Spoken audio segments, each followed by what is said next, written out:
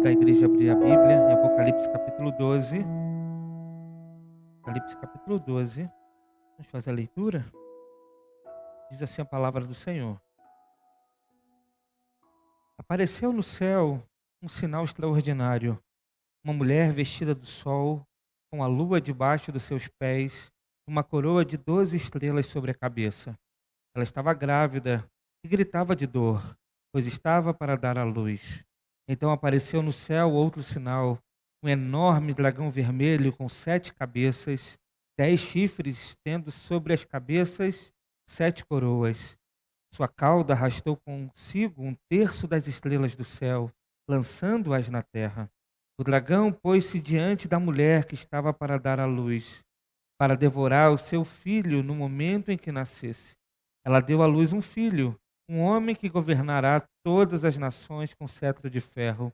Seu filho foi arrebatado para junto de Deus e de seu trono.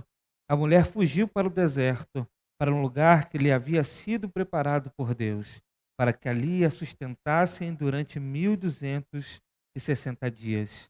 Houve então uma guerra nos céus. Miguel e seus anjos lutaram contra o dragão e os seus anjos revidaram. Mas estes não foram suficientes fortes e assim perderam seu lugar nos céus. O grande dragão foi lançado fora. Ele é a antiga serpente chamada Diabo ou Satanás, que engana o mundo todo. Ele e seus anjos foram lançados à terra. Então ouvi uma forte voz dos céus que dizia: agora veio a salvação, o poder e o reino do nosso Deus e a autoridade do seu Cristo. Foi lançado fora o acusador dos nossos irmãos, que os acusa diante do nosso Deus dia e noite. Eles o venceram pelo sangue do Cordeiro e pela palavra do testemunho que deram. Diante da morte não amaram a própria vida. Portanto, celebremos-lhes, ó céus, e os que neles habitam. Mas ai da terra e do mar, pois o diabo desceu até vocês. Ele está cheio de fúria, pois sabe que lhe resta pouco tempo. Quando o dragão foi lançado à terra, começou a perseguir a mulher que dera à luz um menino. Foram dadas à mulher as 2 asas da grande águia, para que ela pudesse voar para o lugar que lhe havia sido preparado no deserto, onde seria sustentada durante um tempo, tempos e meio tempo, fora do alcance da serpente. Então a serpente fez jorrar da sua boca água como um rio, para alcançar a mulher e arrastá-la com a correnteza. A terra, porém, ajudou a mulher, abrindo a boca e engolindo o rio que o dragão fizera jorrar da sua boca. O dragão irou-se contra a mulher e saiu para guerrear contra o restante da sua descendência, os que obedecem aos mandamentos de Deus e se mantêm fiéis ao testemunho de Jesus. Então o dragão se pôs em pé na areia do mar. Amém? Que o Senhor abençoe nosso coração, à luz de sua palavra. Meus irmãos, nós estamos chegando aqui na segunda grande metade, ou melhor, na segunda grande divisão do livro do Apocalipse. Nós passamos aqui da metade e nós vamos ver que o capítulo 12 do Apocalipse inicia uma nova cena, que vai até o capítulo 14. Nós sabemos, já falamos isso, e é importante repetir, que cada sessão do Apocalipse corresponde ao período da primeira vinda de Jesus até a volta de Jesus. Então, nós não interpretamos o livro do Apocalipse de forma cronológica, mas um livro de sessões, de cenas, que corresponde ao período da vinda de Jesus à volta de Jesus. Como diz William Hendricks, como em cada uma das sessões anteriores, assim também voltaremos ao princípio de nossa dispensação atual para recorrer ao mesmo terreno. Em cada visão, fazemos uma viagem que nos leva através do curso inteiro desta era, desde a primeira até a segunda vinda de Cristo. Então, nós compreendemos que agora iniciaremos uma nova sessão que corresponde desde a vinda de Cristo à volta de Jesus. O capítulo 12 de Apocalipse vai mostrar para nós a guerra que Satanás realizou contra Deus e o seu Messias, contra o arcanjo Miguel e realiza contra a igreja e sua descendência. Nós podemos então dividir o capítulo 12 dessa forma. Do verso 1 ao verso 6, a guerra contra Deus e o seu Messias. Do verso 7 ao versículo 9, contra o arcanjo Miguel. E do versículo 13 a 17, contra a igreja. Muito bem, as duas primeiras lutas fazem parte do passado. E por que fazem parte do passado? Porque elas estão ligadas ao momento em que Satanás é expulso do céu e elas também estão ligadas ao momento do nascimento de Cristo Jesus. Muito bem, mas sabemos que o terceiro conflito está acontecendo. É aquele que o inimigo ataca a igreja de Cristo. Ele já perdeu a luta contra o cabeça, que é Cristo, mas tenta afligir o corpo de Cristo na terra. Efésios capítulo 6, verso 12 vai dizer: pois não é contra pessoas de carne e sangue que temos de lutar, mas sim contra principados e poderios, contra os príncipes deste mundo de trevas, contra os exércitos espirituais da maldade nas regiões celestiais. Portanto, a luta da igreja é uma luta espiritual que é travada contra o inimigo. Muito bem, então vamos olhar para a primeira divisão que vai até o versículo 5, a luta de Satanás contra o Messias. O versículo 1 e o verso 2 diz assim: veja, apareceu no céu um sinal extraordinário, uma mulher vestida do sol, com a lua debaixo dos seus pés, e uma coroa de 12 estrelas sobre a cabeça. Ela estava grávida e gritava de dor, pois estava para dar à luz. Meus irmãos, a gente então aqui tem a descrição de uma mulher. O primeiro sinal que aparece, o primeiro símbolo aqui que a gente precisa entender é o símbolo da mulher. O que significa esse símbolo? Quem é a mulher? Quem ela está representando nesse texto? Para o romanismo, eles entendem que a mulher é Maria. Para os dispensacionalismo, eles entendem que a mulher representa o povo de Israel, a nação étnica de Israel. Porém, nós sabemos que a mulher aqui, ela representa a igreja de Cristo, a noiva de Cristo, o povo de Deus, tanto do Antigo Testamento quanto o do Novo Testamento.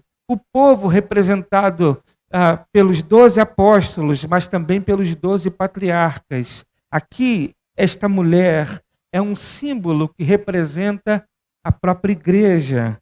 E o texto vai dizer que ela brilha, o sol e a luz. Veja o que diz o verso 1 e 2. Apareceu no céu um sinal extraordinário, uma mulher vestida do sol, com a lua debaixo dos seus pés e uma coroa de 12 estrelas sobre a cabeça. Ela é vestida então como o sol. O sol, meus irmãos, e a lua é a vestimenta de Deus. Traz em si o brilho da glória de Deus. A igreja tem a beleza da glória de Deus. Ela não tem luz própria, mas ela reflete a luz do seu Criador, a luz do seu Deus, que é repleto de luz, de glória e de majestade. O texto diz que ela tem a lua debaixo dos pés. Isso simboliza um poder que é dado. A lua não tem luz própria, assim a igreja recebe o poder e o brilho do sol da justiça. A igreja é uma só com Cristo, sua noiva, seu corpo, seu sinal na terra. Seu brilho e esplendor vem das vestes de glória que Jesus reflete sobre ela. O texto diz que ela tem coroa de estrelas. Esses são dois elementos de poder nas Escrituras. Mostram que a igreja é vitoriosa. Coroa é o símbolo de alguém que vence. A gente sabe que a coroa era entregue para aqueles que venciam no atletismo, nas corridas daquele tempo. Então, coroa aqui é um símbolo de vitória. Mas o texto vai dizer ainda que ela tem dores de parto. Isso demonstra que a igreja apresenta o Messias para o mundo. A dor do parto foi uma imposição do Criador. A gente sabe que Israel sofreu muito por ter trazido o Messias em seu seio, mas todos os sofrimentos do povo de Deus foi imposto pelo próprio Senhor para que seu povo voltasse a Ele a seu caminho e corrigisse então, o Senhor pudesse corrigir então a sua rota. Então nós identificamos aqui que a mulher do texto, ela representa a igreja. Muito bem, o verso 3 e 4 diz assim: então apareceu no céu outro sinal, um enorme dragão vermelho com 7 cabeças e 10 chifres, tendo sobre as cabeças 7 coroas. Sua cauda arrastou consigo 1/3 das estrelas do céu, lançando-as na terra. O dragão colocou-se diante da mulher, que estava para dar à luz, para devorar o seu filho no momento em que nascesse. Veja, meus irmãos, quando a gente lê esse texto, a gente consegue lembrar de alguma referência, alguma narrativa bíblica. Para pensar, quando a gente vê aqui esse texto de Apocalipse capítulo 12 até o versículo 4, a gente consegue lembrar de algum texto? Se a gente parar para pensar, esse texto é muito próximo daquilo que aconteceu com Cristo quando Jesus nasceu. Herodes, sabendo do nascimento de Jesus, ele manda matar Cristo ainda quando criança.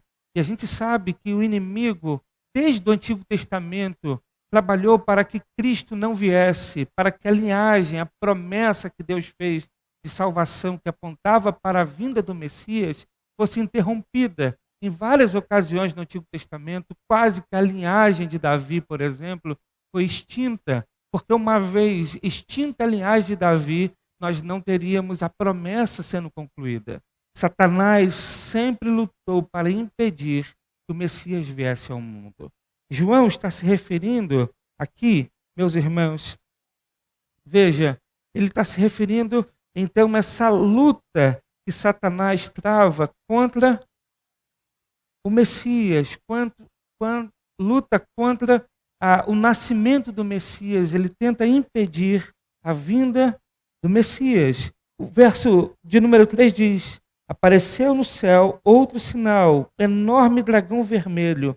Quem é esse dragão vermelho? Meus irmãos, o próprio verso 9 do capítulo 12 diz para nós que ele é a antiga serpente, chamada Diabo ou Satanás. Portanto, o que João está vendo é o próprio inimigo, a antiga serpente, Satanás. Ele vê. E esse dragão, então, pôs-se diante da mulher que estava para dar à luz, para devorar o seu filho no momento que nascesse. Satanás, então, tenta contra o Messias, tenta impedir o nascimento do Filho de Deus, o nascimento do nosso Salvador. Nós sabemos que Herodes tenta fazer isso. Isso está em Mateus capítulo 2, no versículo 13. Depois que partiram, um anjo do Senhor apareceu a José em sonho e disse-lhe: levante-se, tome o menino e sua mãe e fuja para o Egito. Fique lá até que eu lhe diga, pois Herodes vai procurar o menino para matá-lo. Mas o texto diz que Satanás não é vencedor. Ele não consegue impedir o nascimento do Messias. O verso 5 vai dizer: ela deu à luz um filho, um homem que governará todas as nações com cetro de ferro. Seu filho foi arrebatado para junto de Deus e de seu trono. Veja, meus irmãos, aqui vemos então a descrição do filho da mulher. E é curioso que alguns conseguem ainda interpretar o filho da mulher não como Cristo, mas como a igreja. Porque para o dispensacionalismo, a mulher representa Israel e o filho da mulher, a igreja. Mas veja que o texto faz uma referência àquele que tem o cetro de ferro, aquele que foi depois arrebatado para junto de Deus. Duas indicações claras de Cristo. Ele que veio para governar e para reinar, e depois ele é levado aos céus, está à direita de Deus, governando sobre todas as coisas. Se a gente olhar, por exemplo, para o Salmo 2, o Salmo 2 aponta para Cristo e não para a igreja. O Salmo 2 diz: porque se amontinam as nações, os povos tramam em vão. Os reis da terra tomam posição, os governantes conspiram, unidos contra o Senhor e contra o seu ungido. E dizem: Façamos em pedaços as suas correntes, lancemos de nós as suas algemas. Do seu trono nos céus, o Senhor põe-se a rir e caçoa deles. Em sua ira, os repreende, em seu furor, os aterroriza, dizendo: eu mesmo estabeleci o meu rei em Sião, no meu santo monte. Proclamarei o decreto do Senhor. E ele me disse: tu és meu filho, e hoje te gerei. Pede-me, te darei as nações como herança e os confins da terra como tua propriedade. Tu as quebrarás com vara de ferro e as despedaçarás com um vaso de barro. Por isso, ó reis, sejam prudentes, aceitem a advertência, as autoridades da terra. Adorem ao Senhor com temor, exultem com tremor, beijem o Filho, para que ele não se ire e vocês não sejam destruídos de repente. Pois no instante acende-se a sua ira. Como são felizes todos que nele se refugiam.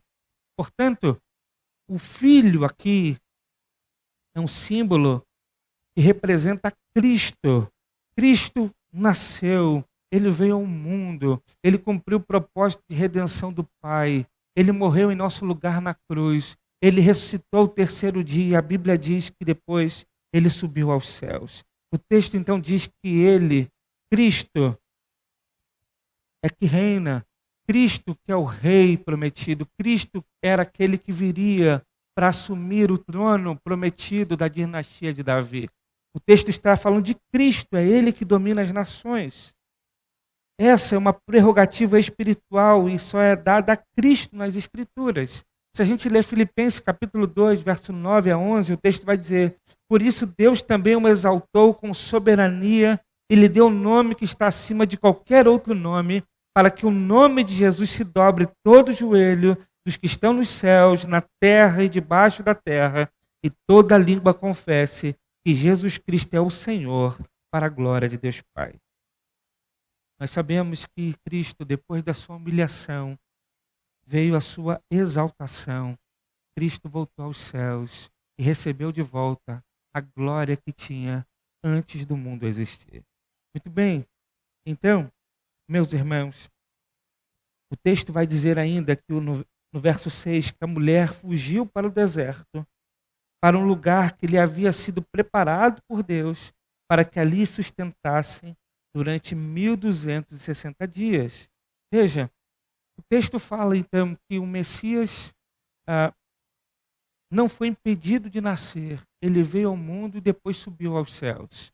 Mas a mulher permanece no deserto, a mulher permanece peregrinando, a mulher permanece no mundo, e a mulher, como símbolo da igreja, permanece aqui. E nós vamos ver que o inimigo se voltará contra ela, mas na frente, na terceira divisão do texto. Mas essa mulher que representa a igreja, ela é sustentada por Deus durante esse período. Ela é guardada por Deus durante esse período. Ela é protegida por Deus durante esse período. Ela então é cuidada, protegida, suprida pelo Senhor. O texto diz que Deus havia preparado para ela um lugar, e ali ela seria sustentada durante 1260 dias. Meus irmãos, o tempo de 1260 dias é o tempo da igreja na terra. É o tempo que a gente compreende que é o tempo da vinda e da volta de Cristo. Esse período em que a igreja é a embaixadora de Cristo na terra. Portanto, nesse período, o inimigo se voltará contra a igreja, mas a igreja será guardada e cuidada por Deus. Essa contagem não é literal, mas ela representa esses últimos dias, essa última hora, aquilo que o Apocalipse vai chamar de milênio, o tempo da graça, o tempo entre a primeira e a segunda vinda de Cristo. Muito bem, a partir do verso 7 e 9, a gente vai ver a batalha de Satanás contra o arcanjo Miguel. Veja, ele tem então a visão aqui do momento em que Satanás é expulso do céu. O verso 7 e 9 vai dizer: houve então uma guerra nos céus. Miguel e seus anjos lutaram contra o dragão. E o dragão e seus anjos revidaram, mas estes não foram suficientes fortes e assim perderam o seu lugar nos céus. O grande dragão foi lançado fora. Ele é a antiga serpente chamada Diabo ou Satanás, que engana o mundo todo. Ele e seus anjos foram lançados à terra. Veja, meus irmãos, já disse para os irmãos que nesse tipo de visão que João tem, é igual um sonho que a gente tem. E às vezes a gente tem sonhos que eles não são lógicos. Às vezes a gente sonha de uma maneira, tem uma visão de uma coisa, a gente está numa situação com uma pessoa, daqui a pouco a gente muda o cenário e está com a mesma pessoa nesse outro cenário, depois muda de novo e a gente está com outra pessoa em outro cenário. Quem já teve sonhos assim meio estranhos? João está tendo uma visão. E primeiro João vê o inimigo guerreando contra o Messias. Agora ele vai ver a cena do inimigo guerreando nos céus e sendo expulso do céu e sendo jogado na terra. Essa é uma narrativa da queda do inimigo. Ele não queria perder sua posição privilegiada, mas perdeu a luta contra Miguel. Esse é um príncipe entre os anjos do Senhor. Vemos Miguel sempre como o executor da vontade de Deus. Nós sabemos, meus irmãos, que o inimigo foi arremessado à terra. O texto então diz desse momento em que o inimigo perde sua posição de privilégio e passa a ser um anjo caído. Nós sabemos que o julgamento contra Satanás já está posto. João capítulo 16, verso 11 diz: porque o príncipe deste mundo já está condenado. É por isso que ele luta contra a igreja. Ele fará de tudo para fazer com que a igreja não ocupe o lugar que ele mesmo ocupava. Ele perdeu o brilho da glória de Deus, porque queria esse brilho para si mesmo. Então o inimigo é expulso. João vê o momento que ele cai da sua queda. Muito bem, na terceira sessão, nós vamos ver a luta de Satanás contra a igreja. Veja o que diz o versículo de número 10 até o verso 17. Então ouvi uma forte voz do céu que dizia: agora veio a salvação, o poder e o reino do nosso Deus, e a autoridade do seu Cristo, pois foi lançado fora o acusador dos nossos irmãos, que os acusa diante do nosso Deus dia e noite. Eles o venceram pelo sangue do Cordeiro e pela palavra do testemunho que deram. Diante da morte não amaram a própria vida. Portanto, celebrem, ó céus, os que neles habitam, mas ai da terra e do mar, pois o diabo desceu até vocês. Ele está cheio de fúria, pois sabe que lhe resta pouco tempo. Quando o dragão viu que havia sido lançado à terra, começou a perseguir a mulher que dera à luz ao menino. Foram dadas à mulher as duas asas da grande águia, para que ela pudesse voar para o lugar que lhe havia sido preparado no deserto, onde seria sustentada durante um tempo, tempos e meio tempo, fora do alcance da serpente. Então a serpente fez jorrar da sua boca água como um rio, para alcançar a mulher e arrastá-la com a correnteza. A terra, porém, ajudou a mulher, abrindo a boca, engolindo o rio que o dragão fizera jorrar da sua boca. O dragão irou-se contra a mulher e saiu para guerrear contra o restante da sua descendência, os que obedecem aos mandamentos de Deus e se mantêm fiéis ao testemunho de Jesus.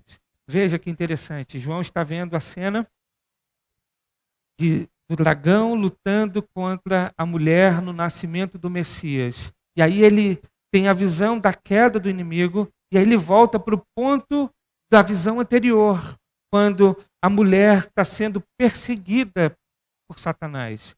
Quando a mulher vai receber asas para ir para o lugar que Deus tem para protegê-la. Então, na visão, João volta exatamente ao ponto anterior para mostrar que essa perseguição agora, essa luta de Satanás agora é exclusivamente contra a igreja.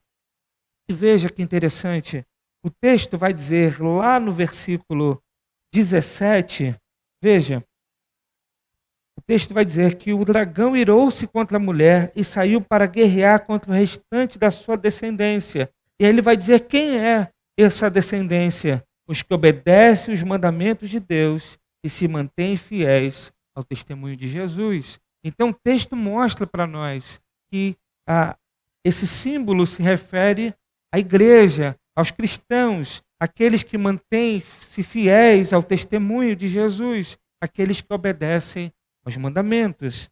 Muito bem, o inimigo então lutará contra a igreja, e lutará contra a igreja até a volta de Cristo. Lutará contra a igreja nesse tempo da graça, nesse tempo entre a primeira vinda e a volta de Jesus. O inimigo lutará contra a igreja, perseguirá a igreja, mas será derrotado. E por que ele será derrotado? Verso 10 responde para nós: a igreja vence porque já foi proclamado a vitória do Messias sobre o inimigo. Por que a igreja vence o inimigo? Porque a vitória do Messias já foi proclamada. Já houve a proclamação da vitória do Messias sobre o inimigo. O acusador de Jó é o mesmo acusador de hoje. Essa grande voz é sempre um símbolo de uma proclamação universal. O verso 10 fala que foi proclamada uma vitória. Veja o que diz o verso 10. Então ouvi uma forte voz dos céus que dizia: agora veio a salvação, o poder e o reino do nosso Deus e as autoridades do seu Cristo, pois foi lançado fora o acusador dos nossos irmãos, que os acusa diante do nosso Deus, dia e de noite. Proclamação, meus irmãos, é um anúncio público em alta voz, algo novo, uma mudança, algo muito importante, algo que move, que mexe com a vida das pessoas. Houve uma proclamação, e a proclamação é da vitória de Cristo sobre o inimigo. E aonde Cristo venceu o inimigo? Cristo venceu o inimigo na cruz. Cristo na cruz, ele bradou em alta voz e disse: está consumado. É na cruz que Cristo triunfa sobre os poderes do mal. É na cruz que Cristo vence o inimigo. Por que a igreja será vitoriosa? Porque Cristo venceu o inimigo por nós. Cristo venceu na cruz. Portanto, por mais que sejamos perseguidos, por mais que a igreja viva tribulações, por mais que o inimigo tente contra a igreja, no fim, a igreja é vitoriosa, porque Cristo venceu. A nossa vitória não está relacionada à nossa força, mas está relacionada à vitória de Cristo na cruz por nós. Portanto, nós não vencemos as batalhas espirituais por nossa força, por nossa ousadia, por nossa coragem, por nossa determinação. Não, nós vencemos as batalhas espirituais quando nós nos quebrantamos, nos prostramos, nos colocamos de joelhos diante daquele que venceu. Quando nos colocamos diante do Senhor e compreendemos que é na força do Senhor, é no poder de Deus que nós triunfamos como igreja.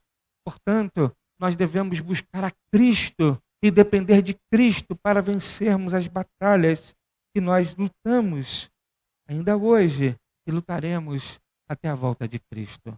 Isso nos faz compreender que ser cristão, viver como igreja, não é uma coisa simples qualquer. Ser cristão e viver como igreja é viver em constante guerra, luta e batalha. Só que a nossa luta não é contra carne e sangue, a nossa luta é contra principados e potestades. Já parou para pensar nisso? Que você está no meio de uma batalha e que você é um soldado de Cristo e que as tuas armas contra o inimigo são armas espirituais. É o capacete, é o escudo, é a espada. Todos símbolos que representam as nossas atitudes espirituais. Leia o livro de Efésios, e nós vamos ver que o apóstolo Paulo vai dizer que nós devemos nos armar das armas espirituais, da salvação, da fé, da oração, da palavra de Deus. Quantos tentam vencer as suas guerras contra o inimigo usando armas carnais? Parecendo Pedro. Quando vem uma legião de soldados, de homens, para prender Cristo, Pedro puxa a espada. E Jesus diz para ele: Pedro, não é pela espada. Quantos de nós queremos vencer batalhas espirituais utilizando armas carnais? Quantas estratégias humanas a igreja tem utilizado para encher a igreja, mas essas estratégias não esvaziam o inferno, porque a igreja só cumpre o seu papel e consegue batalhar e vencer quando ela depende do seu Senhor. Na força do poder de Cristo, ela avança. Por isso nós devemos entender a seriedade que é de ser igreja e nos colocarmos diante de Deus, porque é por causa de Cristo que nós vencemos. Meus irmãos, tantas dificuldades que nós enfrentamos, fruto de uma vida de pouca oração. Quantos casamentos estão sendo destruídos porque não há busca de Deus, há pouca oração. Quantas igrejas deixaram há muito tempo de viver uma vida para Deus, estão cultuando e celebrando, mas Cristo do lado de fora, porque eles deixaram de depender do seu Senhor, viveram vidas independentes. É o retrato da igreja de Laodiceia. Porque as batalhas espirituais nós só podemos vencer com armas espirituais, entendendo que quem venceu por nós foi o nosso Senhor. É isso que o verso 11 vai dizer. A igreja vence pelo sangue do Cordeiro. Veja o que diz o verso 11. Eles o venceram pelo sangue do Cordeiro e pela palavra do seu testemunho, mesmo diante da morte.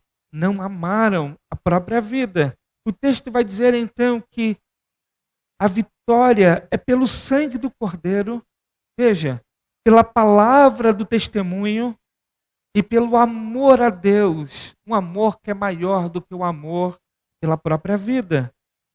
Mas, primeiro precisamos estar encharcados do sangue do Cordeiro. Nós sabemos que o nosso Senhor veio para destruir as obras do diabo.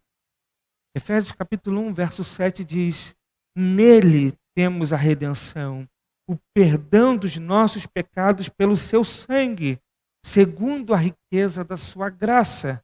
1 Pedro capítulo 1, verso 19 diz: mas foste resgatados pelo precioso sangue, como de um cordeiro sem defeito e sem mancha, o sangue de Cristo. É pelo sangue do Cordeiro que a igreja vence o inimigo. Mês após mês, a igreja se reúne na ceia do Senhor para participar dos elementos, para tomar o cálice que nos lembra e simboliza o sangue do Cordeiro. E é pelo sangue do Cordeiro que nós avançamos. É pelo sangue do Cordeiro que a igreja vence. A igreja vence também por seu testemunho. O texto diz que aqueles que venceram são aqueles que fizeram isto também por seu testemunho. A igreja precisa permanecer firme no seu testemunho, precisa permanecer firme, testemunhando aquilo que Cristo fez por nós no tempo e na história. A igreja está na terra para testemunhar ao mundo que Deus nos amou ao ponto de mandar Cristo vir ao mundo, morrer por nós na cruz e ressuscitar no terceiro dia, vencendo a morte. E a igreja precisa ser fiel a esse testemunho. O que o inimigo quer é acabar com esse testemunho. O que o inimigo quer é desfazer na mente do mundo a obra de Cristo. O que o inimigo faz é cegar o entendimento dos descrentes. O que o inimigo faz é fazer com que o mundo que segue o príncipe da potestade do ar permaneça na desobediência. O que o inimigo faz é fazer com que as pessoas não se voltem para Deus por meio de Cristo Jesus. É por isso que a igreja precisa permanecer fiel no seu testemunho. É o nosso papel carregar essa mensagem até o fim, passando de geração em geração, transmitindo essas verdades que podem redimir o homem, salvar o homem, reconciliar o homem com Deus para as próximas gerações, para que a igreja permaneça de pé até a volta do seu Senhor. Quando a gente olha para um texto como esse, nós temos a certeza que a igreja permanecerá de pé. Pode vir a modernidade, pós-modernidade, pode vir o tempo em que a ciência matou Deus, a filosofia matou Deus. O mundo pode construir os seus ideais, as suas filosofias de vida, mas a igreja permanecerá até o fim, testemunhando da verdade de Cristo e pregando as boas novas do Evangelho. Pode derrubar igrejas, pode fazer com que igrejas se misturem com o mundo, pode fazer com que igrejas abram as portas para aceitar aquilo que é abominável diante de Deus, mas a igreja verdadeira permanecerá de pé, testemunhando do seu Cristo e do seu Senhor. E nós iremos até o fim, porque somos mais que vencedores em Cristo Jesus. Mas ainda, o texto diz que eles vencem porque amam a Deus mais do que a própria vida, mesmo em face da própria morte. Eles amam a Deus mais do que a própria vida. O texto diz que eles vencem porque eles são capazes de não amar a própria vida. Mesmo diante da morte, eles não amaram a própria vida.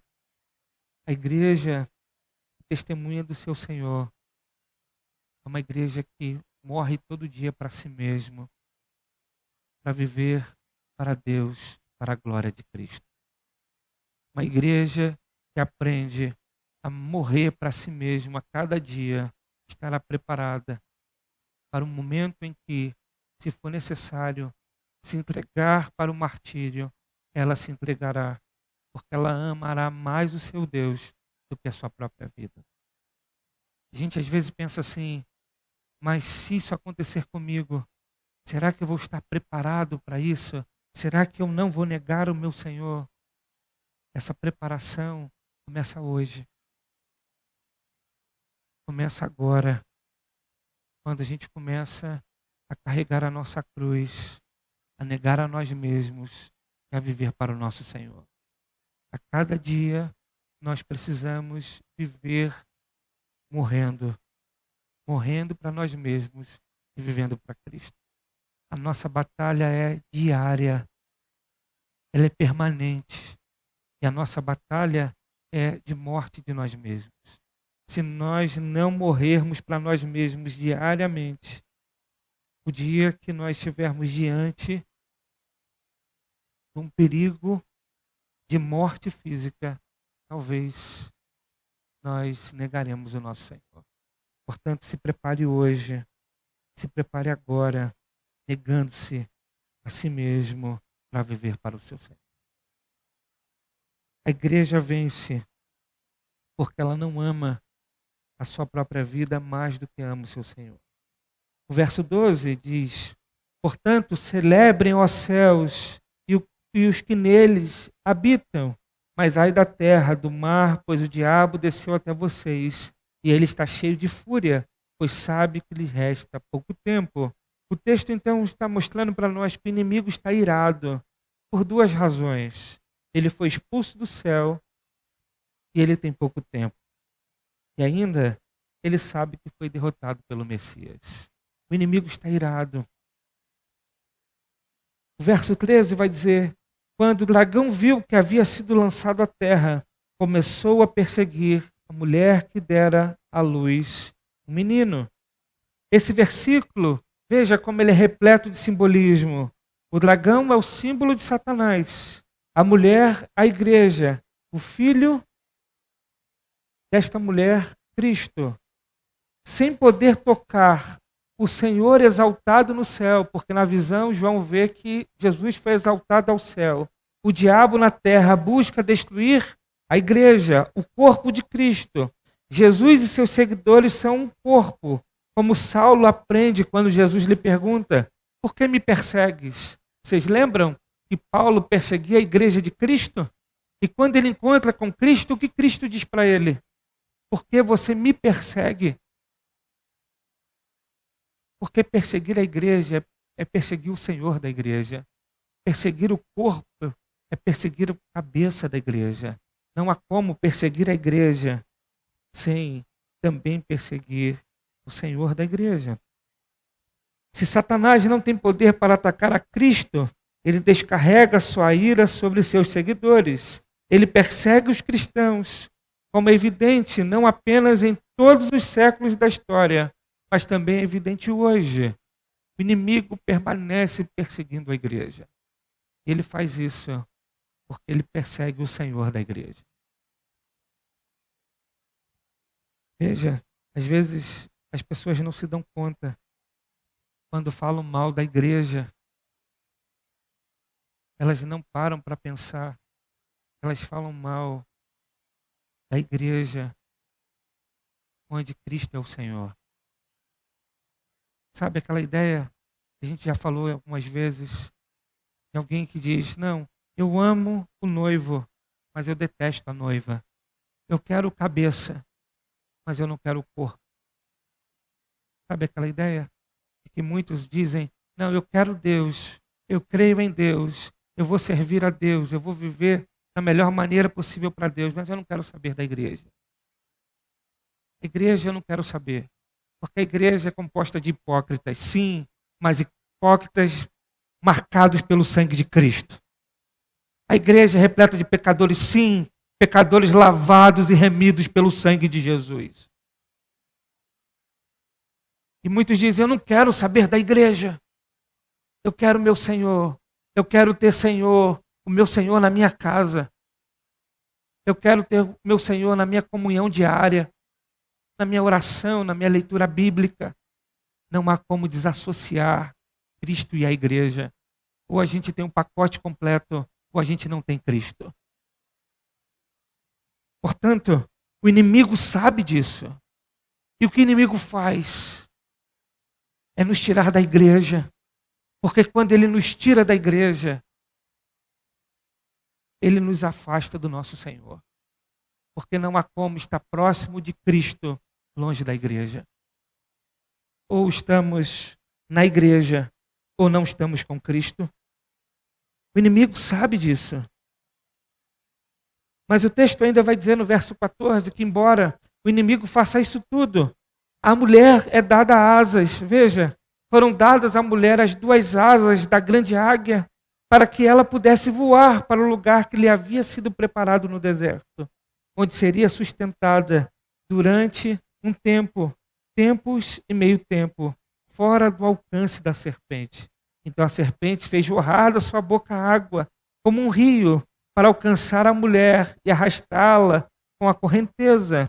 A terra, porém, ajudou a mulher, abrindo a boca, engolindo o rio que o dragão fizera jorrar da sua boca. O texto diz então que a serpente, o dragão, perseguem a mulher constantemente, mas Deus dá asas a essa mulher para que ela possa voar para o lugar preparado, onde Deus sustenta, onde Deus cuida, onde Deus protege e protegerá nesse tempo, tempos e meio tempo, que simboliza esse tempo da vinda e da volta de Cristo. O que o texto está dizendo é que, embora o inimigo nos aflinja, que o inimigo atue contra nós, nós somos guardados por Deus. Nós somos protegidos pelo Senhor. Ele não pode mais nos separar do amor de Cristo Jesus. O inimigo não pode mais nos tirar da mão do nosso Senhor, do nosso pastor. Somos ovelhas do seu pastoreio. ele pode até atacar a igreja verdadeira, ele pode até afligir, ele pode tentar, ele pode criar tribulações, ele pode fazer o mal, mas a igreja de Cristo, a igreja verdadeira, é guardada e protegida pelo Senhor. E vai ser protegida até o fim, porque Deus dá à igreja todas as condições para resistir e vencer o diabo. Somos protegidos e sustentados por Deus. E aí chegamos no verso 17 que diz: o dragão irou-se contra a mulher e saiu para guerrear contra o restante da descendência, os que obedecem aos mandamentos de Deus e se mantêm fiéis ao testemunho de Jesus. Veja, e o texto vai mostrar que o dragão continua irado, continua atacando, continua saindo para guerrear. E ele faz isso contra quem? Contra os que obedecem os mandamentos. Contra aqueles que se mantêm fiéis ao testemunho de Jesus. Sabe? Não tem como vivermos uma vida querendo obedecer a Deus, buscando ser fiel ao testemunho de Jesus, sem ser atacado pelo inimigo. Sabe por que muitos vivem uma vida cômoda, sem sentir esse tipo de aflição espiritual? Porque quando nós estamos confortáveis no mundo, na verdade, nós pertencemos àquele que não tem mais o porquê nos atacar. Porque o mundo jaz no maligno, está morto no maligno. O mundo jaz de forma passiva no maligno. Aqueles que são fiéis, aqueles que buscam obedecer os mandamentos de forma fidedigna, esses sofrerão as lutas, as provações, as tentações, porque a luta é forte. Nossa carne é inclinada para o pecado. Nós sentiremos na pele o que é lutar contra o pecado, contra as artimanhas do inimigo, para mantermos firmes e fiéis ao testemunho de Cristo, para obedecer os mandamentos do Senhor. A grande pergunta é: será que nós nos esforçamos a isso? A obedecer os mandamentos de Deus e a ser fiéis ao testemunho de Jesus? São esses que o inimigo vai atribular. Mas esses podem ter paz, porque eles são guardados e protegidos por Deus. Muito bem. Quero fazer algumas aplicações finais para que a gente encerre a mensagem de hoje. A primeira delas: nossa luta, na verdade, uma lembrança. Nossa luta não é contra carne ou sangue, mas é uma luta espiritual. A nossa luta não é contra carne ou sangue, a nossa luta é espiritual. Nós precisamos compreender isso. A nossa luta é espiritual. Se a gente compreender essa verdade, a gente para de fazer guerra contra as pessoas. As pessoas podem nos ter como inimigos, mas nós faremos o possível para ter paz com todos os homens. Porque a luta não é contra carne nem sangue, é contra principados e potestades. Quando a gente é orgulhoso, quando a gente não perdoa, quando a gente tem raiva, quando a gente tem sentimento de vingança, quando a gente cria rivalidade, rixa no coração, essas lutas são espirituais e só serão vencidas na dependência do poder de Jesus. Porque é só Jesus que quebra o coração orgulhoso. É só Jesus que nos dá poder sobrenatural para perdoar. É só Jesus que faz com que nós entreguemos a Ele a justiça, para que Ele então possa agir não apenas na nossa vida, mas na vida daqueles que têm algo contra nós. Eu não estou dizendo aqui contra a legítima defesa. Eu estou dizendo que, embora há pessoas que nos verão como inimigos, nós não temos inimigos. Perceba? De carne, humanos. Porque quando a gente olha alguém guerreando contra nós, a gente precisa ter a compreensão que eles estão cegos.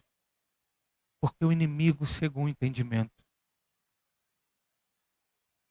Os olhos precisam ser abertos. Os olhos só serão abertos pelo poder do Espírito Santo de Deus. E, portanto, nós lutaremos com armas espirituais através da oração, da proclamação da palavra. Perceba? A nossa luta não é contra a carne ou sangue.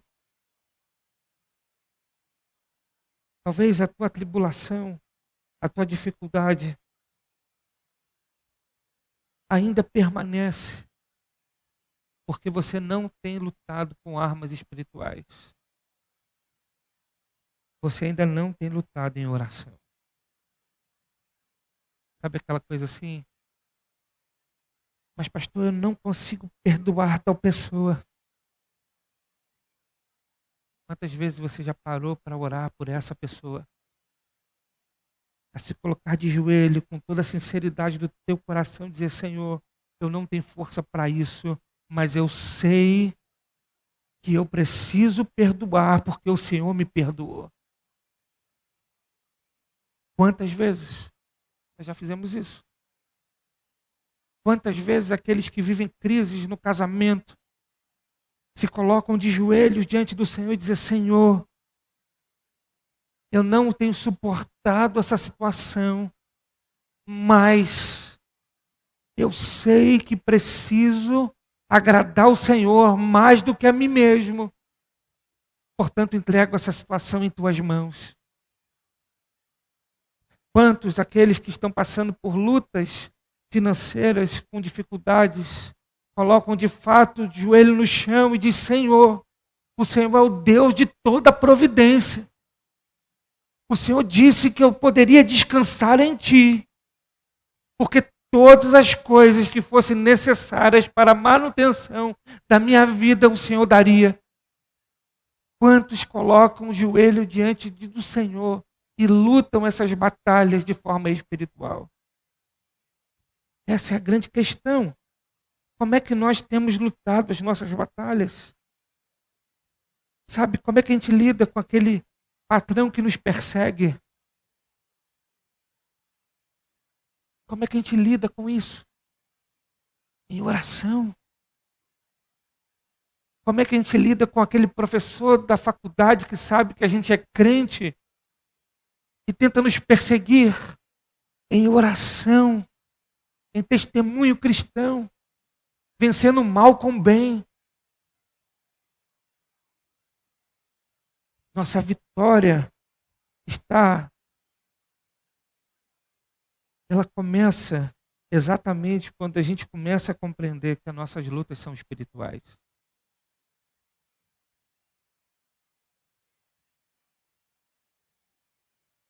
Em segundo lugar, nossa vitória não está em nossa própria condição de luta, mas no sangue de Cristo. Uma outra lembrança. A nossa vitória não está na nossa própria condição de luta, mas no sangue de Cristo. Verso 11 diz, eles o venceram pelo sangue do Cordeiro e pela palavra do seu testemunho. E mesmo diante da morte, não amaram a própria vida. Perceba, se em algum momento nos sentimos fortes para vencermos sozinhos na batalha, então estamos a um passo da derrota. Se em algum momento nos sentimos fortes para vencermos sozinhos a batalha, estamos a um passo da derrota.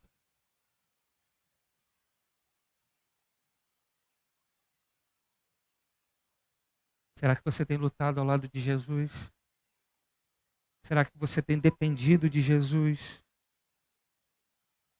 Não é pela sua força, é pelo sangue do Cordeiro. Mas em terceiro lugar,